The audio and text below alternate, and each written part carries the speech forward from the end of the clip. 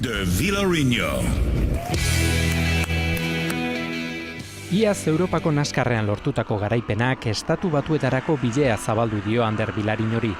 Gaur Donostian egindako aurkezpenean, datorren otsailean Daytonan jokatuko duen probara, ilusioz gainezka eta irabaztera joango dela gaineratu du pilotu gipuzkoarrak. Kotxe bat da, bolante dauka, gurpilak eta nik lasterketa asko egin ditut kategoria askotan eta horregatik helburua berdin-berdina izango da beti bezalakoa.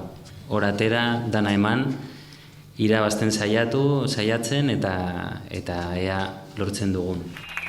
Anderre gainera Europako naskar zirkuituan garaipena errepikatzea du helburu. Angela bere arrebak ere baditu erronka berriak denboraldi berriari begira. Emakumezkoen Espainiako eta Europako mendiko txapelketak ditu begiz jota.